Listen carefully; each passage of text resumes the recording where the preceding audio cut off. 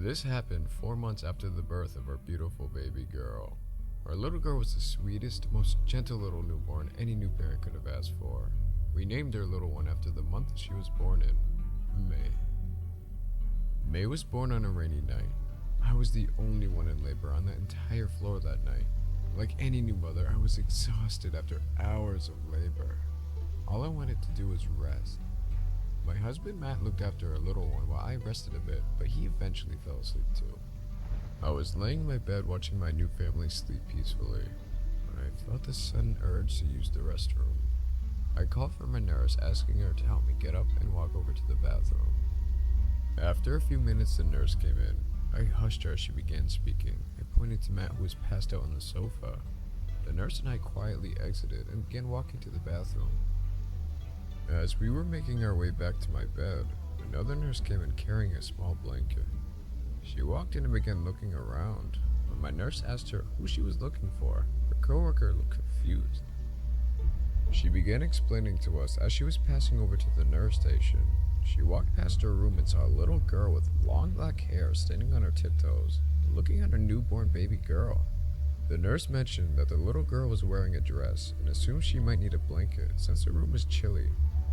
I looked at my nurse confused and a little worried that someone else's kid could just walk into my room and look at my newborn without anybody but the nurse noticing. I quickly told her that May was my firstborn and that we weren't expecting any visitors. I asked if perhaps the little girl had gotten separated from her parents' room. However, my nurse was quick to mention that there were no other families at the moment with children on the floor. A few months after that, Matt and I moved into our new home. We were immediately welcomed by everyone, and we liked our new neighborhood. As we were unpacking and setting up May's room, I pulled out some baby monitors that we were planning on using now that May would be sleeping on her own. Matt and I were testing the baby monitors for a while. He was upstairs in May's room, and I was downstairs in the kitchen. After a few successful tries, I began making dinner, leaving my baby monitor on the counter. I was cutting vegetables when I began to hear static on the monitor. Thinking it was Matt probably messing with it upstairs, I ignored it and turned it off. I walked over to the fridge when I heard a very faint voice. I walked over to the counter and picked up the monitor, pressing firmly against my ear. A very faint but identifiable noise was coming from the static. I realized right away it sounded like a young child's laughing. I turned around looking at May. She lay quietly on her swing, sleeping soundly. I turned back to the monitor, trying to make out the noise again, when suddenly it stopped. The lights on the monitor went down and stayed off. Matt came in the moment through the back door, carrying some tools from the shed. I asked him if he had taken the baby monitor with him outside. He looked at me and laughed at my strange question. He replied back saying that he had left the baby monitor upstairs a while ago. I began telling him what I had just heard. He shrugged it off and explained that it was most likely interference from another family's monitor. A few days after that, I decided to take May to the park. We left home and began making our way down the street when my next door neighbor stopped us. My next door neighbor was a sweet old lady. She began talking to May and asked me how everything was going. She was very good around May, and she held her excitedly and began telling me how nice it was to have a baby in the neighborhood. I asked her if there were any other children in the neighborhood, to which she quickly replied, "No. Oh, sweetheart, there haven't been any children here in a long time, but it's sure nice to finally have one around." She continued playing with May as I began remembering the baby monitor static. I assumed that the monitor probably didn't work anymore and told myself to remember later to tell Matt that we needed a new one when she began talking again. She mentioned that she was always willing to babysit in case Matt and I ever needed it. I thanked her for her offer and began pushing May's stroller when she suddenly turned towards me and replied, "Of course, dear. I can understand if you need a break. This little one has a mouth, doesn't she? I heard her cries all last night. I couldn't help but to think, what strong lungs she has." I looked at her confused and began explaining that May always slept through the night and cried very little. May certainly didn't cry loud or long enough for someone next door to hear. She nodded, then winked at me. She most likely thought that I was attempting to hide my embarrassment at being unable to control my crying baby when she turned around and walked back to her house. That night, I told Matt what our neighbor had said. He laughed, saying exactly what I had earlier. May sleeps through the night and hardly ever cries. That old lady is crazy, or probably missing her meds. I agreed and asked him to replace the baby monitors before changing the conversation. The next day, Matt installed the new baby monitors before he left to work. May and I stayed home for the rest of the day. We left one baby monitor in May's room, another one in the bedroom, and another one in the kitchen. I was upstairs cleaning our room, which was directly across the hall and 2 doors away from May's, when I began hearing the static again. I walked over to my nightstand and sat in my bed, attempting to make out the sound from the baby monitor. I didn't hear May crying, but instead I heard the same laughter I heard with the previous monitor. I walked over to May's room carrying the monitor. Once again, she was sound asleep. May's monitor wasn't even playing anything. It stood on the dresser, silent. The lights didn't even turn on as I heard the laughter through the monitor I was carrying. Thinking it was strange, but not yet giving it to any paranormal explanation, I began walking downstairs to the kitchen when the sound suddenly stopped. I tried to shrug it off and continued cleaning, figuring that perhaps the area we live in made it easier to pick up sounds at a further distance. That night for dinner, I didn't tell Matt about the noise incident earlier that day. Matt seemed tired from work, and I didn't want to worry him with something that seemed like nonsense. A few nights after that, Matt and I were sleeping when I suddenly awoke. I was drenched in sweat and couldn't fall back to sleep. I decided to get up and go check on May. As I walked across the hall towards her room, I heard the static noise coming from downstairs. I stopped and pushed May's door open to make sure she wasn't awake, but sure enough, she was asleep as always. The static was coming from the kitchen. I knew it was coming from the monitor. Being sleepy and tired, I became annoyed and decided to go downstairs and shut it off. I entered the kitchen and turned the lights on, reaching for the monitor on the counter. I turned the monitor around, looking for a button to shut it off, when I realized it was already off. I stood there dumbfounded and placed it back on the counter, walking away thinking that perhaps I had imagined it when I heard the static again. I turned around immediately. The lights on the monitor were on. I walked over, getting ready to throw the monitor across the room, when the sound stopped again. There's a large trash bin next to the counter. It was one of those ones you would step on in order to flip up the lid. As I stood there, staring down at the monitor, I caught a glimpse of a reflection on the trash bin. For a few seconds I saw what looked like a small child. A little girl reflected on the trash bin and directly behind me. I turned around terrified, expecting to see her. However, no one stood behind me. I looked around desperately, trying to find what had made the reflection, when the baby monitor in my hand had turned on again. The laughter was more clear. It was a child laughing and giggling. I dropped the monitor on the floor and darted upstairs towards May's room. More frightened than I had ever been in my entire life, I picked up May and took her to our bedroom. I woke up Matt, attempting to explain what I just heard. He woke up half asleep and went downstairs to check up on it. He came back upstairs a few minutes later, looking at me like I was crazy. He went back to bed and fell asleep immediately after. The next morning, May and I were out front on the porch, enjoying a beautiful day, when our neighbor came over. She looked worn out, nervous, and had black bags under her eyes. She wore pajamas, which were noticeably dirty. I greeted her, asking if she wanted any lemonade, before she interrupted me. She began saying how she hadn't been able to sleep well these past few days because of May's cries at night. I looked at her confused once again, and explained to her that May hadn't been crying at night. She started playing with her hands nervously and began saying that she could hear May screaming and crying every night. When she noticed I wasn't believing what she was telling me, her entire personality changed in an instant. She started yelling out profanity and telling me to, and I quote, "Take your little shit away from here and shut it the fuck up." Feeling threatened, I stood up and went over to May. While picking her up, I told the woman to leave. She stood there looking at May, angry and resentful. She kept yelling at us, startling May as she began to cry. I threatened her with calling the cops and kept telling her to leave before she finally decided to walk off.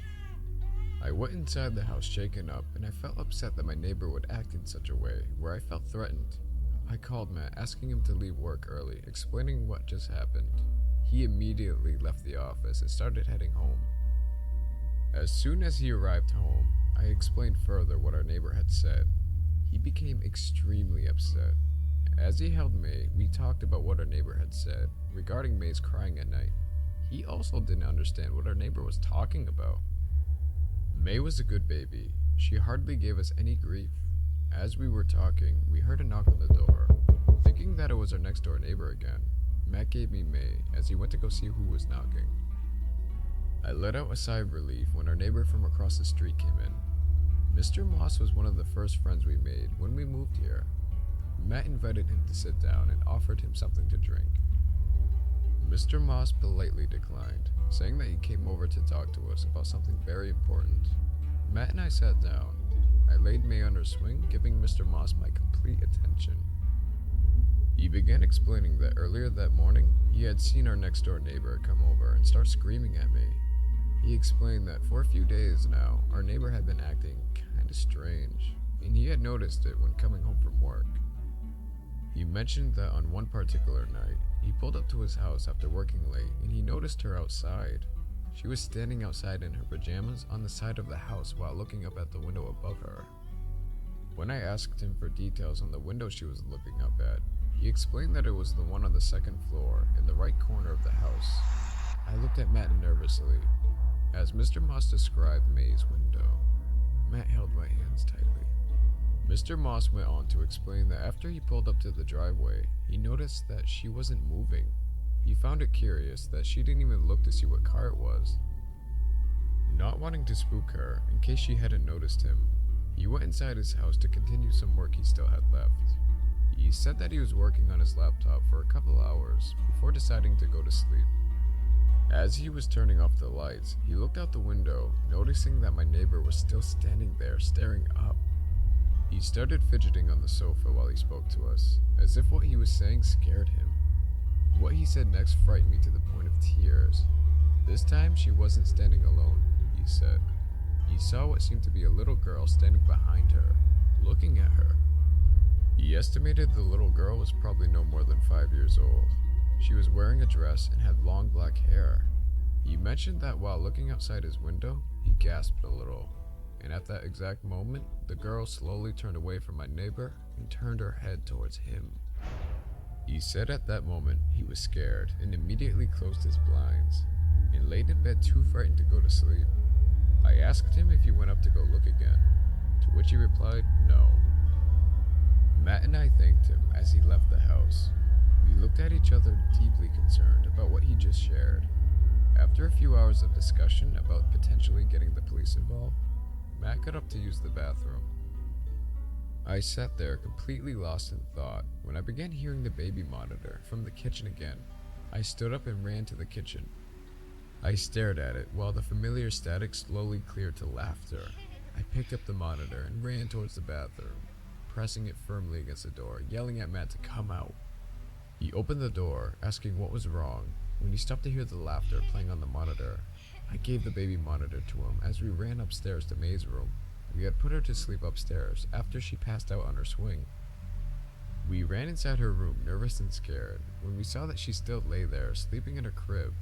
We looked at each other confused. The monitor he was holding suddenly went silent from the static. I stared at it before turning it around and shutting it off. We stood there in silence, attempting to rationalize what just happened, when the monitor in our bedroom turned on and began letting out that same laughter we just heard. The door was open and the baby monitor stood on my nightstand. Matt and I could see it clearly from May's room. The laughter got louder and louder as it suddenly started playing on all 3 monitors. I picked up May, scared and crying at the same time. Matt held me as he dropped the monitor he was holding. The laughter went from child's laughter to something that sounded completely demonic. Right as we began running out of the room, the voice let out one last piercing scream. It screamed cry. Cry. As soon as it said that, we heard a gunshot that sounded like it came from next door. May woke up and began crying at the chaos in her room. Matt and I were getting ready to make a run for it when the laughter suddenly stopped. We ran out as fast as we could. Other neighbors started coming out of their homes, getting ready to investigate the gunshot. We bumped into Mr. Moss, waiting for the police to arrive, when two men decided to go inside our next-door neighbor's house to investigate. After a few minutes, one immediately came running out yelling, "We need an ambulance!" After about an hour of standing outside, Matt and I were still too afraid to go back inside for our car keys. We waited outside among all the police officers and Mr. Moss, hoping to overhear what had happened. A short, stubby lady that lived a few houses down came up to us explaining that she just overheard one of the men who had gone in to investigate. She said that the men found our next-door neighbor's body sitting in a chair, looking directly out the window with a gunshot wound in her head. I stood there stunned to hear that she decided to take her own life. When the lady continued speaking, she said that the gun was on the second floor and that she had cuts all over her arms, which seemed to be self-inflicted. She went on to explain, directly behind her on the wall, she had spelt out, "She won't stop crying," in her own blood. Matt and I left the majority of things at that house. We moved across the country and kept in contact with only Mr. Moss over the years. We wanted to leave everything behind us and start a new life with May. Nothing paranormal happened to us for years, and we were perfectly happy to move on. May is now 5 years old. She's a brilliant, curious, happy, and a loving child. Matt needed a few things from our storage this week and brought some old boxes home. This morning, May came into the kitchen, excited and attempting to get my attention as I was putting away the dishes.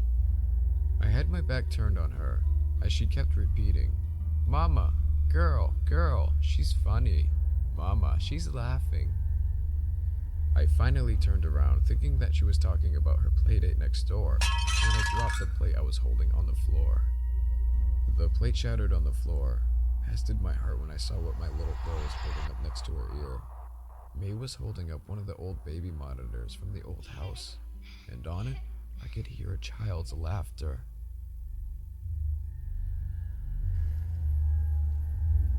Hey guys, it's Mo here and thank you so much for listening. This story was narrated by the incredible talent that is Shivers. Be sure to go check out the other side of the collaboration over at his channel, as both stories are really creepy, which can be done by clicking the links on screen now. Go on. If you enjoyed this story, it would be great if you could let us know by leaving a like, comment or sharing this video with a friend. If you want to keep up to date with all new videos, be sure to hit that subscribe button now and join the cover. If you have an experience you want to share, be sure to send it to my email, which can be found in the description below. I can't wait to feature all your stories. For now guys, thanks for watching and I'll catch you in the next one.